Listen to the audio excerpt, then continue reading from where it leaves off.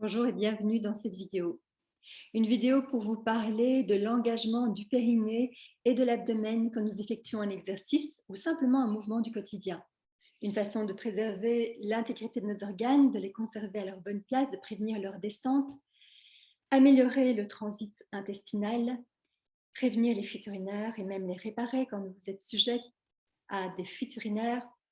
Quoi d'autre encore? Ah bah oui, avoir une taille fine et un ventre bien plat.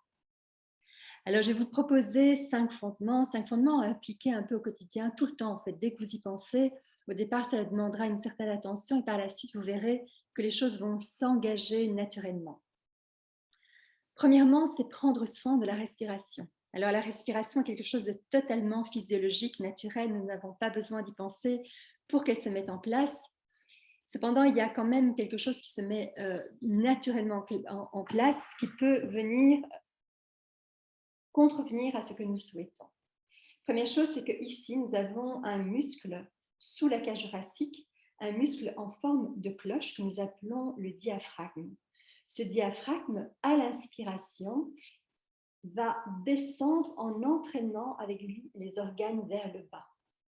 À l'expiration, naturellement, il va remonter, repoussant les poumons pour les vider et aussi entraînant avec lui les organes du bas vers le haut.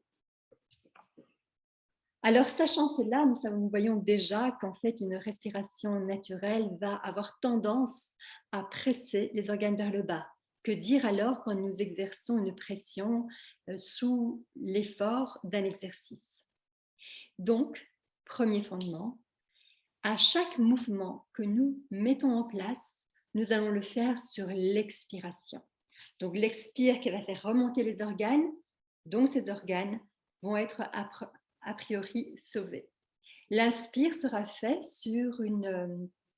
simplement sur une pause.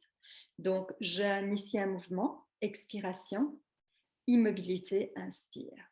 Je réinitie un mouvement sur une autre expiration et ainsi de suite. Deuxième fondement. Le deuxième fondement, c'est l'engagement du périnée, du plancher pelvien. Alors, le plancher pelvien est un ensemble de muscles qui tapissent le bas de notre abdomen de façon transversale au niveau du bassin, mais aussi il est composé de plusieurs muscles antérieurs, postérieurs, aussi latéraux. Et donc, il va avoir ce côté gainant, pour autant que nous l'impliquons, que nous impliquons le périnée. Alors, comment impliquer le périnée? Pour cela, il faut procéder au stop pipi et aussi de se retenir à aller à selle. Autrement dit, nous engageons nos sphincters de la vessie et du rectum.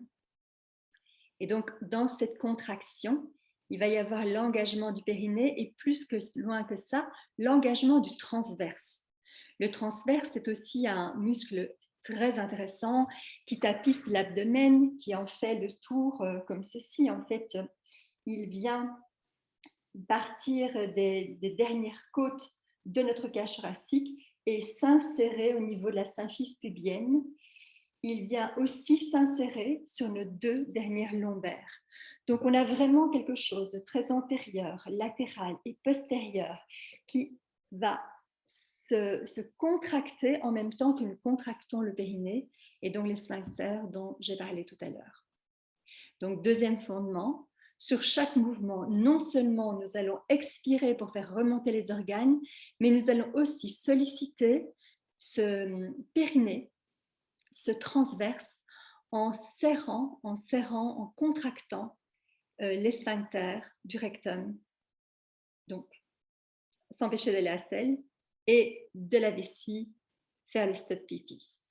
Vous allez voir que cela va créer une succion comme ça qui va redessiner votre taille et ramener votre ventre à l'intérieur. Donc en fait, on aura tendance à s'amoindrir, à se rétrécir au niveau de la taille tout en s'agrandissant.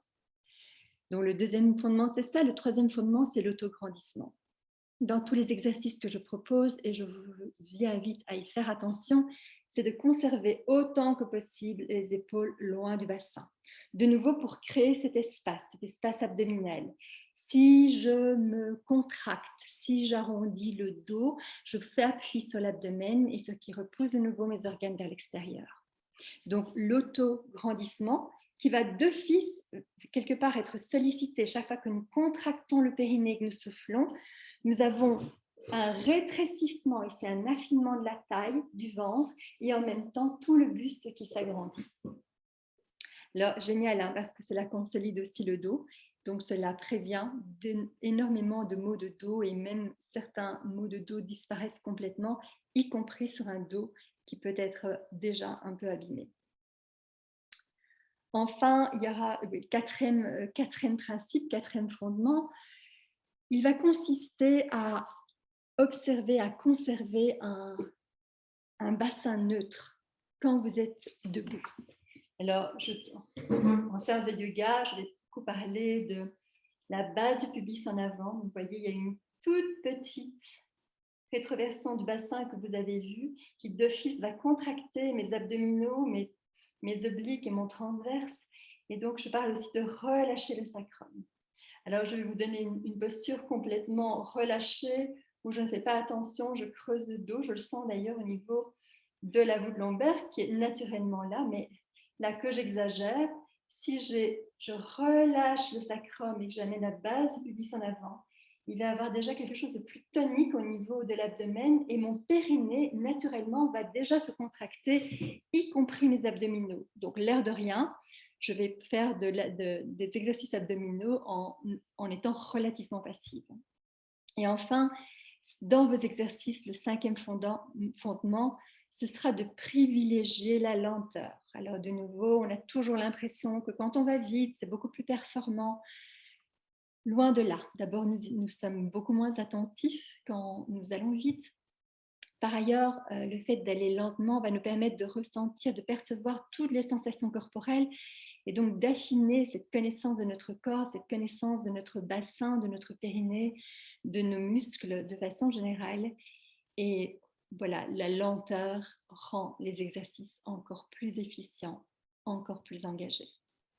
Merci beaucoup pour votre attention et pensez-y dès que vous pouvez. Belle journée.